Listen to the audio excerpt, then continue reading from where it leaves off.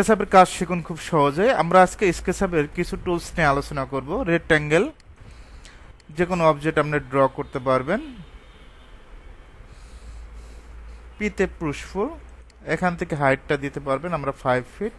এটা আমরা make group করব। কি করব? মেক গ্রুপ, মাউসের রাইট, মেক গ্রুপ। স্কেল, কোনো অবজেক্টকে যদি আমরা স্কেল করতে চাই, যে কোনো অবজেক্ট ধরবেন, পয়েন্ট ধরে আমরা এখানে 0.5 দিব, যা মেজারমেন্ট আছে এর অর্ধেক হয়ে যাবে। আপনি যদি এটা ডাবল করতে চান, জাস্ট ক্লিক করবেন, এখান থেকে 2 দিবেন, ডাবল হয়ে যাবে। আবার ক্লিক করবেন, 2 দিবেন, ডাবল হয়ে যাবে। আবার যদি এটা স্কেল করতে চান, তাহলে এই পয়েন্ট ধরে 0.5 দিবেন, অটোমেটিক কমে যাবে। আবার ক্লিক করবেন, 0.5 দিবেন, এটা অটোমেটিকভাবে ছোট হয়ে আসবে। অফসেট, সার্কেল নিচ্ছি, সি লেখে এন্টার, সার্কেলের শর্টকাট। এখান থেকে আমরা একটা 20 ইঞ্চির একটা সার্কেল নিচ্ছি। কত ইঞ্চি? 20 ইঞ্চি। এখান থেকে অফসেট ক্লিক করবেন। কোথায় ক্লিক করবেন? অফসেট। এই পয়েন্টে একটা ক্লিক করবেন। ক্লিক করে কতটুকু অফসেট নেবেন? আমরা এটা 5 ইঞ্চি নিচ্ছি। 5 দিয়ে এন্টার দেবেন। এখানে কিন্তু এই পাশে কিন্তু মেজারমেন্ট শো করবে।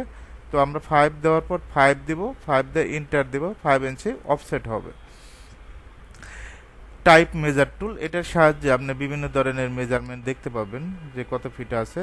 এটা 2 ফিট 6 আছে। আবার এদিকে কত আছে? 1 ফিট 4 ইঞ্চি আছে। এদিকে কত আছে? 2 ফিট 4 আছে। তো আপনার বিভিন্ন ধরনের মেজারমেন্টগুলো দেখতে পারবেন, যে কত ফিট বাই কত ফিট আছে। আর পরেরটা হলো ডাইমেনশন।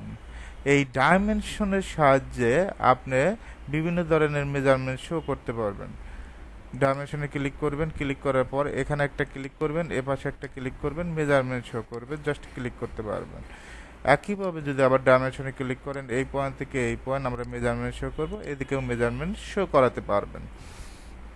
এগুলো লাগবে না আমাদের কাজের জন্য, যেগুলো লাগবে 3D টেক্সট, এটা কাজে লাগে। জাস্ট ক্লিক করবেন, এখানে আমি আমার নামটাই লিখবো, ইঞ্জিনিয়ার মমিন আহমেদ। টেক্সট হাইটটা আমরা এখান থেকে হাইটটা 20 করে দিব, অনলি 20। জাস্ট এখান থেকে প্লেস করে দিব, ইঞ্জিনিয়ার মমিন আহমেদ হয়ে গেছে। কিন্তু জাস্ট ক্লিক করবেন, প্লেস হয়ে যাবে। আমরা সিলেক্ট টুলের সাহায্যে সিলেক্ট করতে পারবো, মুভ টুলের সাহায্যে কিন্তু সহজেই এটা মুভ করতে পারবো। ওকে, এটা হলো আপনার অরবিট। অরবিটের সাহায্যে সম্পূর্ণ ভিউটা রোটেট করতে পারবেন। উইন্ডোটাই সুন্দরভাবে বিভিন্ন দিক দেখতে পারবেন, কোন পাশে কী আছে। সুন্দরভাবে অরবিটের সাহায্যে কোনো অবজেক্টকে সহজে ঘোরাতে পারবেন। হ্যান্ড টুল, এই হ্যান্ড টুলের সাহায্যে কোনো অবজেক্টকে উইন্ডোটাকে মুভ করতে পারবেন। একটা জুম ইন আর একটা হলো জুম আউট, আশা করি পারবেন।